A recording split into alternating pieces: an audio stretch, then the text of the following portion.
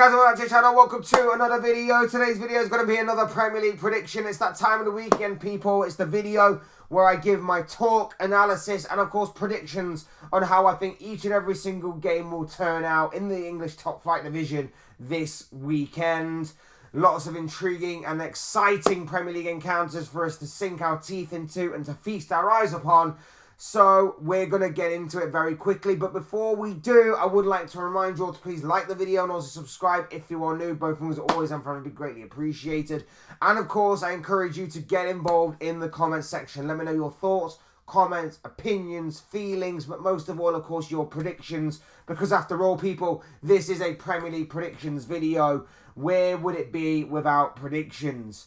Get involved, people. Get involved in the conversation. Let me know what you guys are thinking and feeling. Use and abuse that comment section and talk to me on how you think each and every single game will turn out this weekend. Right, sound good? Brilliant. Without further ado then, let's get on with the video. Let's talk Premier League action this weekend. Let's kick things off with Friday night's game at the King Power Stadium between Leicester and Brentford. Yes, this is a Friday night game, people. So fantasy football managers, get your teams in order. We're kicking things off with the Foxes against the Bees. And I think the Bees are going to sting the Foxes by 2-1. I just think with the firepower that they have up front and the likes of Brian Mbeumo and Johan Visser, I just think that the Bees will have enough about them to stop Leicester for the most part at the other end, and of course deal some damage to Leicester's back line at the other end. It's not that the road's a possibility for Leicester to get something. Of course, they definitely need something, and they definitely need some points on the board if they are to try and fight off relegation. But it is going to be a very tough ask against what is going to be a very tough Brentford side who on their day can be very, very awkward to play against for even the biggest of teams. So I've gone 2-1 to the Bees, but it isn't out of the realm as a possibility for Leicester to get something. We shall wait and see what happens on Friday night. Next up, Goodison Park awaits us for our lunchtime kickoff this week on Saturday as Everton take on Manchester United. David Moyes has returned to face an old flame, I guess you could say, his old club in Manchester United. And I've gone with a 2-1 win for Everton. Everton have been absolutely insane since the return of David Moyes, picking up wins left, right and centre. I think they're only one slight blemish on their record is obviously that 2-2 draw in the Merseyside derby against Liverpool. But of course, as we know, there was incredible scenes there that night when James Tarkowski scored the equaliser. But yes, they have been fantastic since David Moyes' return, and obviously there will come a period of time maybe where that new manager bounce, that honeymoon period does end. But I don't see it being this weekend. They're coming up against a Manchester United side that are struggling right now. Ruben Amorim is still trying to work out his players, still trying to work his system and his idea and his philosophy onto this squad of players, which obviously, for the most part, isn't up to his standard. But, of course, he has to make do with what he has right now. So this is going to be a very interesting battle, but it's one that I just don't see Man United winning at all. I think Everton will get the 3 points. I think with the form of the likes of Beto in recent weeks getting on the score sheet on a number of occasions, I think he will only continue to do that. And of course, Everton are always going to be a threat from counter-attacks and from set pieces alike. So I just think that with that in mind, and with considering Manchester United's weaknesses right now, I think that they certainly could give United a run for their money, especially if they are very physical in the midfield battle. It will be an area where Everton could exploit and obviously could win from that aspect of the game. So yeah, I've gone Everton to win, but it is going to be a very interesting battle at Goodison Park for our lunchtime encounter. Next up, a London derby, a massive London derby between Arsenal and West Ham is to be played out at 3 o'clock on Saturday at the Emirates Stadium, and I've gone 2-0 to the Gunners. Now, this is going to be a big game. Not only is it a London derby, which always makes it a big encounter, but of course it's going to be big because this is going to be a fantastic opportunity for Arsenal to put some pressure on Liverpool, of course, who will play on Sunday. In recent weeks, Arsenal have sat back and watched Liverpool stutter a little bit. They've stumbled a little bit. They've dropped points. And now it's time for Arsenal to make that those dropping of points count by putting some pressure on Liverpool. They could potentially go 5 points behind the Reds with a game in hand over them if they win against West Ham on Saturday. But it's not exactly a foregone conclusion, this one. Of course, West Ham, as we know, can be a thorn in the side of the bigger clubs. We know that they can be awkward, but they too are still finding their feet under their manager, Graham Potter. And you know, they haven't exactly been amazing or anything to write home about in recent weeks. Having said that, like I say, it's a London derby. It's going to be awkward for them. It's going to be awkward for both sides, I think. And obviously with Arsenal's injury issues, West Ham's injury issues, it could make for an intriguing game. Will Mikel Merino be leading the line for Arsenal again? That remains to be seen. But I just think Arsenal overall will have enough in the final third to get a couple of goals at the very least. And I think that in the defensive third, they'll have enough about them to, for the most part, neutralise West Ham without too much of an issue. Obviously, I hope I'm proven wrong, and I hope West Ham can do my club Liverpool a favour. But I've got to be honest, I don't see that happening. I think Arsenal get the victory, the 3 points, the pressure on Liverpool goes on.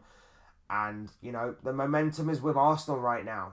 The momentum is with Arsenal, and the only hope that I have is that whenever the pressure has been on Arsenal a little bit to capitalise on Liverpool, they have stumbled a few times this season. So I'm hoping that pressure will tell again this weekend, but I'm not holding my breath. I do think Arsenal will get the victory, the 3 points, and they will win the game. Moving on to the Vitality Stadium, we've got Bournemouth taking on Wolves, and what a season it has been for Bournemouth so far, and I only see that continuing here. I've gone 3-1 to the Cherries, and Andoni Iraola's side find themselves in 5th on the prospect of potentially European football for next season if they keep this run of form up. They have been absolutely outstanding in this campaign, and I just don't see that letting up in this one. I think even though Wolves can be a difficult side to play against, and again, nothing's ever a foregone conclusion. And of course, whilst they have the likes of Mateus Cunha in their ranks, of course, anything is seemingly possible for this Wolves side, especially given the fact that they were close to maybe giving Liverpool a run for their money last weekend and maybe getting something from that game. I just see Bournemouth getting the victory. I just see Bournemouth, who have made no bones about their injury issues this season, just taken everything in their stride, just gone from game to game, being absolutely outstanding. I just see them winning this one. I've gone 3-1 to Bournemouth in this one. That's not to say that Wolves can't get anything from this game, and of course they will desperately need to put themselves a fair distance away from relegation, but I just think Bournemouth will continue with their momentum, continue with their run of form, and continue to put pressure on the teams that are in and around them that are challenging for those European football places. Next up, Fulham take on Crystal Palace at Craven Cottage, and I've gone 2-2. I really cannot separate these two. I really don't know what to expect because I don't know what team is going to turn up for both of these clubs, actually. Is it going to be a team that is going to be difficult to play against? Is it going to be a team that is going to take their chances in the final third? Is it going to be a team that is going to be solid and well disciplined at the back? Or is it going to be a team that is going to be easy to run through and is going to make stupid decisions, be rash, be sloppy in possession, make the wrong decisions in the final? I don't know, because these two teams have the capability to do it all and more. Obviously, Fulham have the likes of Emil Smith-Rowe, Alex Iwobi, Raul Jimenez that can obviously win them games like this. And of course, on the flip side of that, Palace have the informed Mateta who can get the odd goal or two here and there and win and rescue points on his own. It's going to be a very interesting battle in my opinion, one that I can't really separate. So I'm going with my initial gut feeling of 2-2, going for a draw. But this game could, in my opinion, end up any which way. I know Fulham obviously picked up a massive result against Nottingham Forest last weekend.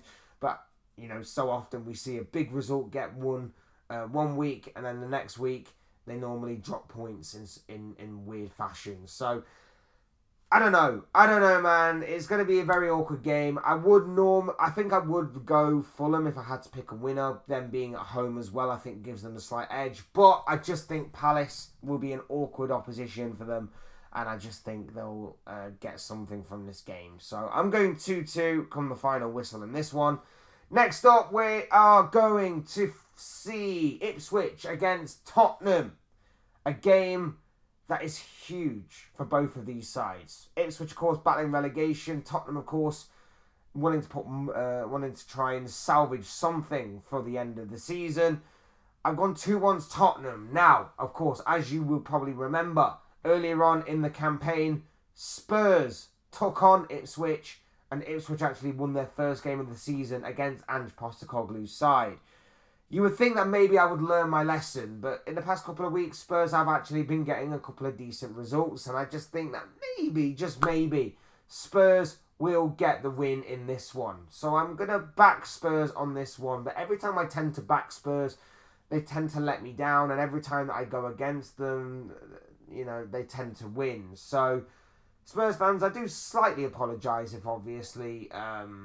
Again, I am some sort of a curse and a bit of bad luck for you, but ultimately, you should be winning against Ipswich nonetheless, with all due respect to Ipswich, of course. But, I'm hoping for another upset, because I always back the underdog in these situations.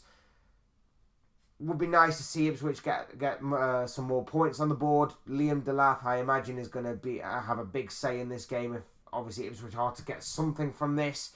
But I just think Spurs, with the firepower they have up front, will get something from this. So, I'm going with a 2-1 victory to Spurs. I'm not entirely confident because, well, it's Spurs. But at the same time, I still think Ange Postecoglou's side probably get the 3 points. So, we move on. Next up, St Mary's awaits the arrival of Brighton as the Saints host the Seagulls. Massive game for both of these sides. Southampton obviously need to get more points on the board. Brighton have been quite hit and miss so far this season. But I think given the context of the two teams, given the way that these two teams set up, I'm going to go with Brighton to win the game. I think they're going to create more of the opportunities. And I think they will obviously take more of the opportunities. And that is why I am going 3-1 to the Seagulls here. I think the Saints are already down and out this season. I've said that before. I'll say it again. Unfortunately for them, I see them being relegated back down to the Championship. I just think it's done and dusted as far as what they're concerned. But if they get 3 points here, they can maybe make more of a fight of it than we imagine. Nothing's ever a foregone conclusion. The writing isn't completely on the wall as far as this game goes. But I would imagine Brighton get the job done. So I'm going 3-1 to Brighton and then to get 3 big points. Next up, Saturday's evening encounter will see Villa Park come to life as Aston Villa take on Chelsea. Massive game this one for both of these sides. Villa, of course, picked up a 2-2 draw against Liverpool in midweek. Will the extra 90 minutes in the legs of those players play a part and a factor in this one? Because obviously they've got some massive games coming up in the next, over a week now, I guess you could say, over the course of the next 8 or 9 days. They've still got some big games coming up. They'll have played 5 games in 2 weeks or something ridiculous like that. So, yeah, it's going to be big on those Villa legs, this one. And Chelsea, of course, hit and miss at certain points this season. Currently going through a bit of a sticky patch under Enzo Maresca. I don't know. My head was saying that this is an Aston Villa win written all over it, but now the more and more that I think about it, I don't know, because the extra game in the legs of those players, the extra 90 minutes, will Chelsea take advantage of maybe a bit of tiredness creeping into Villa's players? I don't know. I'm sticking with 2-1. I'm going to go with my initial thought on this one. But like I say, I'm not entirely confident now that I've said it out loud that the extra game in the legs of those players is going to be all that. I think when it comes to firepower, I think Villa will probably have more firepower than Chelsea. And I think obviously with the way that Chelsea's defence is, in which it is so sometimes easy to run through and so sometimes incompetent at times, and they make mistakes. I think Villa can certainly pounce on those and capitalise on those mistakes. But it's not exactly like Villa are exactly watertight themselves. So this one could be a very intriguing game for a number of reasons. I'm just going to stick with my initial thought though. 2-1 to Aston Villa, and they get the job done, and Unai Emery's side come out with a win. Moving on to Sunday's games, and first up we are at St James's Park for Newcastle against Nottingham Forest, and I've gone 2-1 to Forest on this one. I just think Newcastle are maybe waiting for the Carabao Cup final. I just have a sneaky feeling that they're not giving it their all until that final. They want to win some silverware, fair play to them. But there is an opportunity here for some Champions League football for next season, I think. And I think that if that is the case, and these Newcastle players aren't playing to their full potential, I think it's a bit of a missed opportunity. Now, earlier on in the season, Newcastle actually did beat Nottingham Forest, one of the few clubs to actually beat Forest this season. And big result it was. It was a big result. But I think Forest will get their revenge this time around. I think they will. And I think it's going to be a very exciting game, very intriguing game. Always tends to be when these two teams clash. I'm looking forward to this one. I really am looking forward to this one. I'm hoping, of course, that I'm not right and Newcastle's saving up all their energy for the Carabao Cup final. I hope we get a really good game. I hope we get a real battle, which I'm hoping is the case, because these two teams obviously on paper throw up that exciting encounter. So I'm hoping that that's the case. I think there'll be goals in this one. I'm going 2-1 to Forest. I'm giving them a slight edge, even though it is at St James's Park, and obviously that is a very, very tough place to go. Like I say, I just have a sneaky feeling that maybe Newcastle will have one eye on the final. I know it's only a couple of weeks away, but obviously a lot of preparation and a lot of momentum go into that game. So, yeah, I think the form of Chris Wood, former Newcastle player, the form of Elliot Anderson, former Newcastle player, the form of Gibbs White, of course, the form of Elanga, Hudson-Odoi. I just think the form of those kinds of players will be enough in the final third to get a couple of goals at the very least for Forest. And defensively, I know they had a rough time of it last week, but I just think they'll have enough about them to not stop Alexander Isak completely, but to stop him for the most part. Maybe not really give him much of a sniff in front of goal, maybe apart from the one goal that I said Newcastle will get. But we'll wait and see. We'll wait and see. But I'm very much intrigued and interested in this game on Sunday, but none more so than the main event of this weekend, the main highlight of this round of Premier League fixtures. Manchester City taking on Liverpool, and I've gone with a 2-2 draw. Now, I want to obviously back Liverpool. I really, really do. I really want to back Liverpool. But our recent games, our recent performances, our recent form suggests to me that we might slip up again. We might slip up. And I don't want that to happen. And of course, with this City side being so vulnerable right now, I'm basically pleading for Liverpool to smell blood and to just throw the kitchen sink at Manchester City. Go for the kill. Make a statement. Go out there and make a statement that, yeah, we've faltered in recent weeks, but you know what? We're still 5 points clear at the very least of Arsenal. 8 points clear maybe this weekend. Maybe even more so. Just go out there and make a statement. Smell blood. Stand on their necks and don't let up for 90 minutes. Obviously, metaphorically, not literally. Just go out there and make a statement. I am pleading and begging Liverpool to do that this weekend. I think there are vulnerabilities in that Man City backline still. I think there are vulnerabilities in the midfield of City still.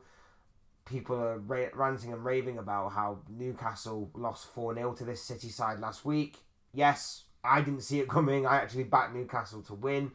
But it could also be for the reason that I suggested earlier when talking about Newcastle. City have since gone on to lose pretty poorly to Real Madrid. Obviously in the Champions League, they got knocked out of that competition. It's going to be a very fascinating game. A very, very fascinating game. One that I hope that we make a statement in, but at the same time, in recent weeks, we've been so easy to play through. And City have also been so easy to play through. And we've missed some golden opportunities. And they've missed some golden opportunities. And they've let teams run through them. And it's just, it has all the makings of an exciting madness of a game on a Sunday.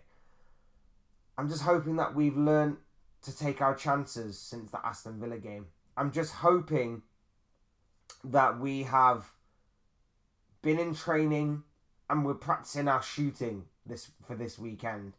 I'm hoping that from the first whistle to the last, we are on it. We're pressing them in all the right places and all the right positions.